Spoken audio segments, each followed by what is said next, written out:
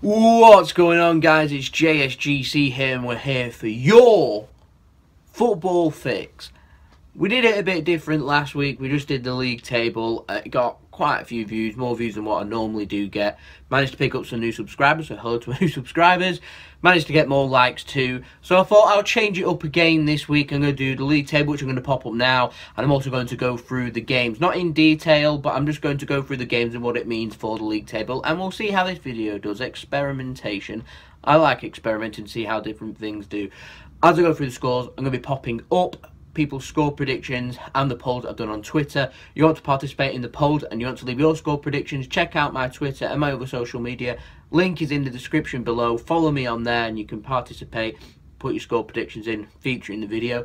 Simple as that. So let's get on. So the first game came forward was Chelsea versus Leicester. Now this match was boring. It finished 0-0 and it's Chelsea's third consecutive 0-0 in a row. And as a result, they've gone from thinking that they might be able to challenge for second with Man United, perhaps looking up at Man City. They're now sitting fourth and they're looking over the shoulders at Tottenham Hotspur, obviously. Bad draw for them. Leicester played really well. It sees Leicester stay in 8th, quite comfortably 4 points clear of Everton and chasing that 7th spot. Obviously, because if a team in the top 4 or 5 finishes, wins the league, Carabao Cup and wins the FA Cup, it's going to drop to 6th, then 7th in the league, respectively. So 7th can be a European place. So something for Leicester, Burnley, Everton, Watford, etc. all to aim at. 0-0, not a great result for Chelsea. Good result there away for Leicester. They could have won it, if I'm honest with you.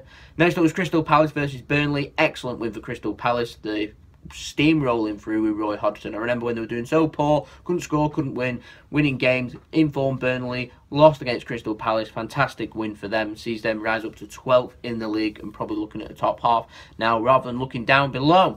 Huddersfield, bad result for them. Lost 4-1, getting dragged into the relegation battle, you would think. They're sitting in 14th, but an excellent win for West Ham. Sees them climb up to 11th. Again, they'll be looking at the top half. It was a fantastic win for them, 4-1. Brilliant away win. Huddersfield got a lot of work to do. And I may have forgotten to have done Newcastle. That finished 1-1. Not a lot to talk about. Bad result for Newcastle, but a good result for Swansea. Watford versus Southampton finished 2-2. Now this is quite a controversial match. I'll get through with the talking point here. They were 2-0 down against Southampton. Ward-Prowse got a couple of goals.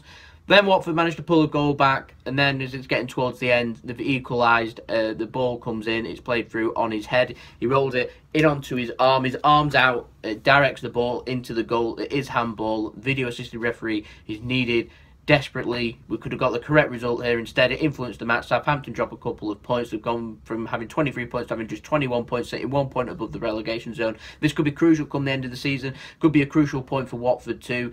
No form whatsoever. They've moved on to 26 points though. 2-0 down. Good comeback for them, but shouldn't have been allowed. West Brom versus Brighton. Excellent win for West Brom and a much needed win for West Brom down at the bottom. A 2-0 comfortable victory in the end. A couple of set pieces and a couple of centre-backs scoring the goals. For West Brom, means to now sit only 2 points behind in the relegation zone. You know, it's better than being 5 points behind. And it's dragged Brighton into it too. They're sitting in 16th, only 3 points clear of the drop zone. So things are tightening up at the bottom. Very interesting, the bottom, 10 or 11 teams down there. Very interesting. Keep an eye on them. In the evening kick-off on Saturday, Tottenham won comfortably 4-0 against Everton. A fantastic performance from Tottenham, and they'll be chasing the pack. I am sure if any of them teams in the top 2, 3 and 4 want to drop points, Tottenham will be hot on their tails. 4-0 win comfortably against, in my opinion, an informed Everton side that's done so well under Big Sam. On to Sunday's games, big surprise. Bournemouth went behind against Arsenal, ended up coming back and winning the match 2-1. Fantastic. Now is the time to face Arsenal. They're in no kind of form at the moment. Sanchez wants to leave. Mesut Ozil's out injured. Apparently he wants to leave. They've got free contract. Wilshere's not renewed his contract just yet. Things are looking bleak. They've got not much quality in the squad. The confidence is down. The manager doesn't know how to perk them up. They're sitting 8 points behind the top 4 now, and with the goal difference being 14 in the favour of the other side, that could well be another point. So there could be, you know what I mean? It's starting to become impossible for them to make the Champions League. In my opinion, their best hope is winning the Europa League, which is doable, as we saw with Manchester United last season. But don't take anything away from Bournemouth. 24 points, moved up to 13th. I hope Bournemouth stay up. I do like Bournemouth. I like Eddie Howe. Now on to the corker of a game. I've done a review. Check the review out on my channel. Liverpool 4, Manchester City 3. I'm not going to go through the talking points because I've already done the review, but a fantastic win for Liverpool. That 10-minute spell where they scored 3 goals, phenomenal, great pressing, great goals. Man City couldn't cope. Got to grips with it, but a little bit too late in the end. Liverpool and Man City's defence got a lot to be desired. Man City still sitting 12 points clear at the top, though, and Liverpool now looking above them rather than below, sitting 3 points clear of Spurs and 3 points behind Man United. They'll have their eyes on them. And speaking of Manchester United, Monday night match yesterday, they won 3-0, so comfortable against Stoke.